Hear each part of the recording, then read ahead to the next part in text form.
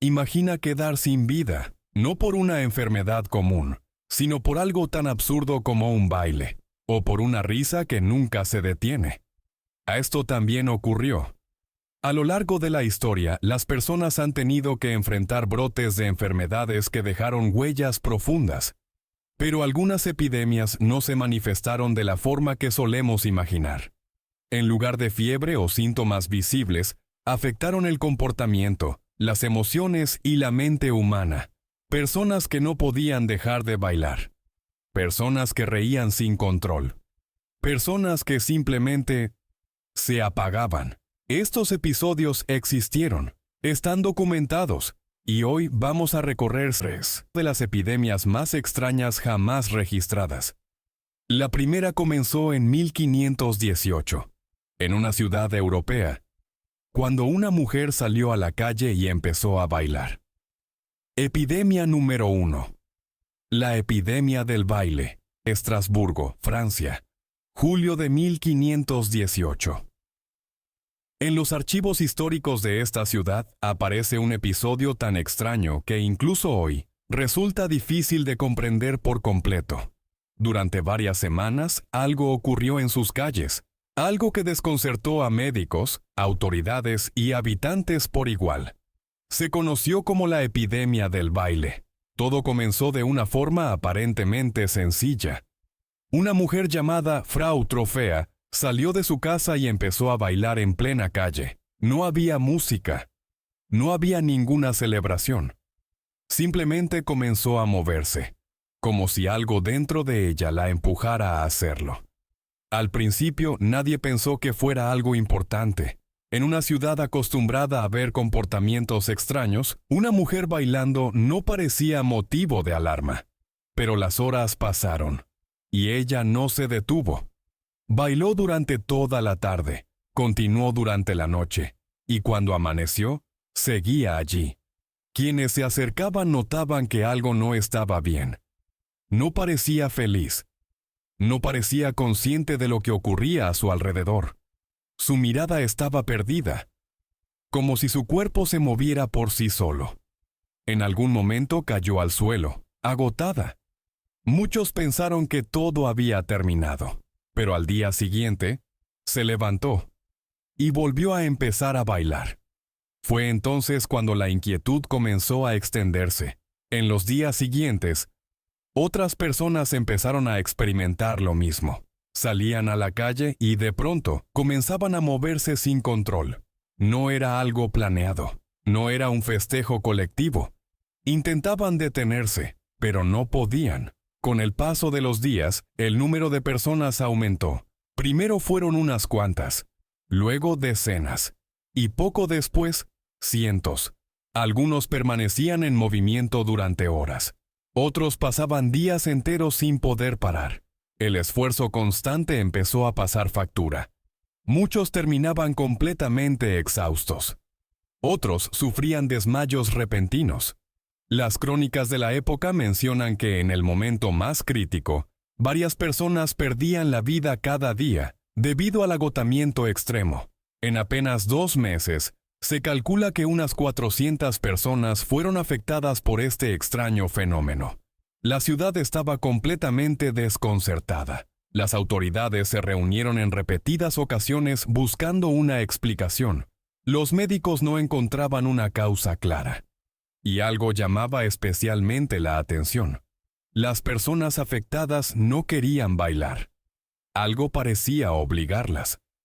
En una época en la que la ciencia no tenía respuestas para todo, la explicación tomó un camino distinto. Muchos creyeron que el origen de la epidemia estaba relacionado con San Vito. En aquel tiempo se pensaba que ciertos santos podían influir en enfermedades concretas, especialmente aquellas relacionadas con los movimientos del cuerpo. Así que para la gente de entonces, bailar sin control era una señal de haber ofendido al santo. Desesperados, los líderes de la ciudad tomaron una decisión. Trasladaron a los afectados en carros hasta un templo dedicado a San Vito, situado a unos 50 kilómetros al norte de Estrasburgo. Allí realizaron un ritual. Les colocaron zapatos rojos, Los ungieron con aceite y agua bendita, y los hicieron permanecer de pie en círculo dentro del templo. Según los relatos de la época, algo comenzó a cambiar. Poco a poco, muchas personas dejaron de moverse, recuperaron la calma, y con el paso de los días, la epidemia fue desapareciendo. Para quienes vivieron aquellos acontecimientos, la explicación era clara. La causa había sido sobrenatural. Y también lo había sido la solución. Hoy, los historiadores hablan de un posible caso de histeria colectiva, provocado por el estrés, el miedo y las duras condiciones de vida de la época. Pero incluso con esas teorías, el episodio sigue siendo inquietante, porque ocurrió de verdad, está documentado, y afectó a cientos de personas al mismo tiempo, y deja una pregunta que aún hoy resulta difícil de responder. Si la mente humana puede llevar al cuerpo a perder el control de esa manera, ¿qué otros límites somos capaces de cruzar sin darnos cuenta? Epidemia número 2. La epidemia de la risa tanganica, 1962. Lo que hoy conocemos como Tanzania acababa de convertirse en una nación independiente. Era un país joven, lleno de expectativas, pero también de presión, cambios rápidos y una profunda incertidumbre sobre el futuro. En ese contexto ocurrió algo que nadie supo explicar del todo. Todo comenzó en una pequeña escuela para niñas, en la aldea de Kashasha, cerca del lago Victoria. Un día cualquiera, durante una clase normal, 3 estudiantes comenzaron a reír. Al principio, nadie le dio importancia.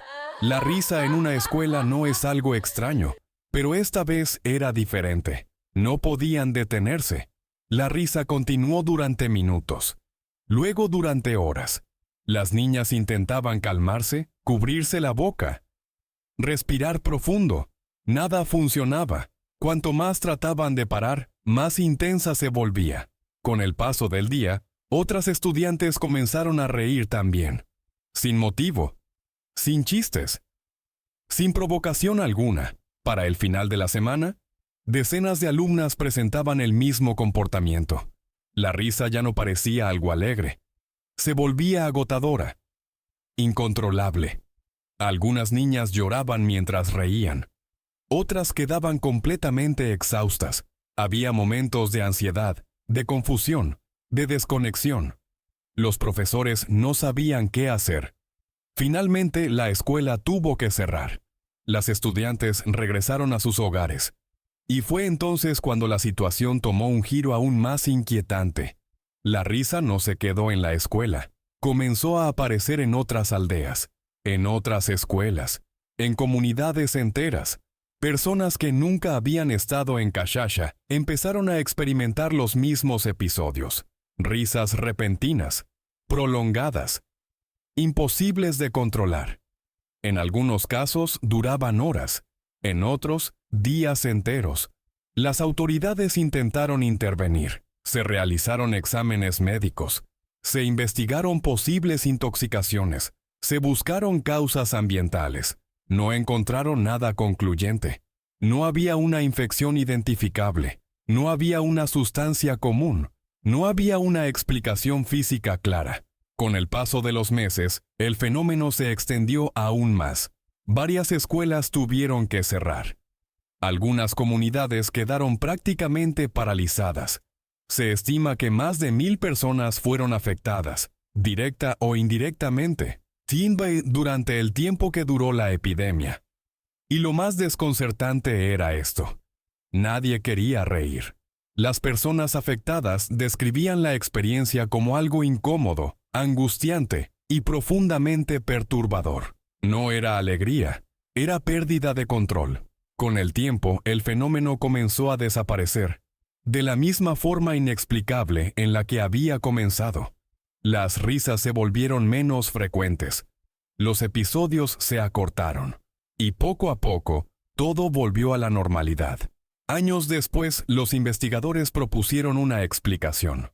Hoy se considera uno de los casos más claros de enfermedad psicogénica colectiva, un fenómeno en el que el estrés, la presión social y la tensión emocional se manifiestan físicamente y se propagan de persona a persona.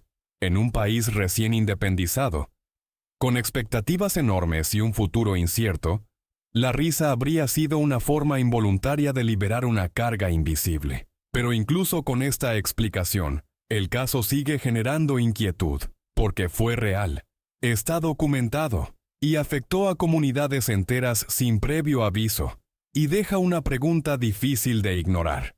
Si una emoción tan simple como la risa puede propagarse y escapar al control de cientos de personas, ¿qué otras reacciones humanas podrían hacerlo también? Epidemia número 3. La epidemia del sueño.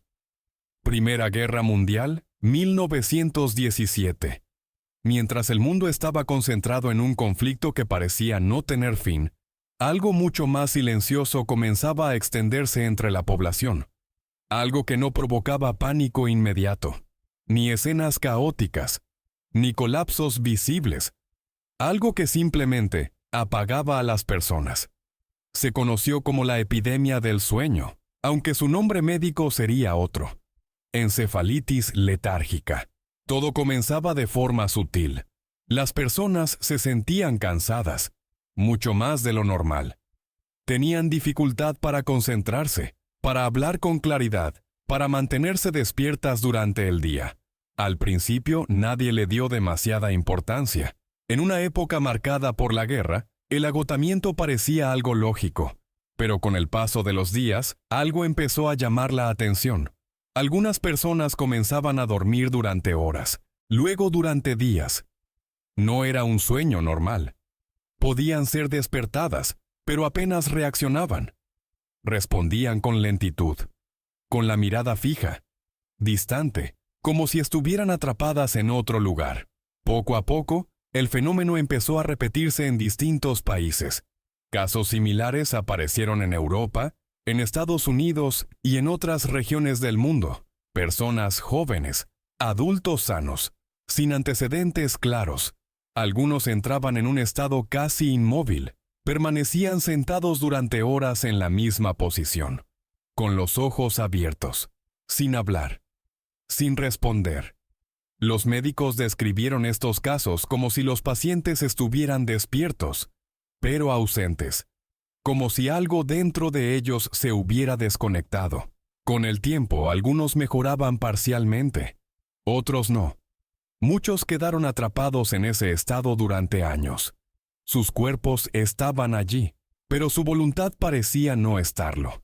Entre 1917 y finales de la década de 1920, se estima que más de 1 millón de personas fueron afectadas en todo el mundo. Miles nunca se recuperaron por completo. Y lo más inquietante de todo es que, hasta el día de hoy, no se conoce con certeza la causa exacta de esta epidemia. Se investigó la relación con infecciones virales, con la gripe española, con factores ambientales. Nada fue concluyente. Décadas después, algunos de estos pacientes volvieron a ser noticia gracias al neurólogo Oliver Sacks. En los años 60, Sacks administró un medicamento experimental a personas que llevaban décadas atrapadas en ese estado. Por un breve periodo, muchos despertaron, hablaron, caminaron, reconocieron a sus familias. Era como si el tiempo hubiera vuelto a ponerse en marcha, pero el efecto no duró. La mayoría regresó lentamente a su estado anterior, como si la conciencia solo hubiera sido prestada, y luego retirada. Hoy, la epidemia del sueño sigue siendo uno de los mayores enigmas de la medicina moderna, no solo por su alcance global, sino por lo que sugiere, porque no atacó al cuerpo de forma violenta. No causó síntomas espectaculares. Atacó algo mucho más profundo, la capacidad de estar presente. Y deja una pregunta inquietante, imposible de ignorar. Si una enfermedad pudo apagar la conciencia de millones de personas, ¿qué es exactamente lo que nos mantiene despiertos dentro de nuestro propio cuerpo?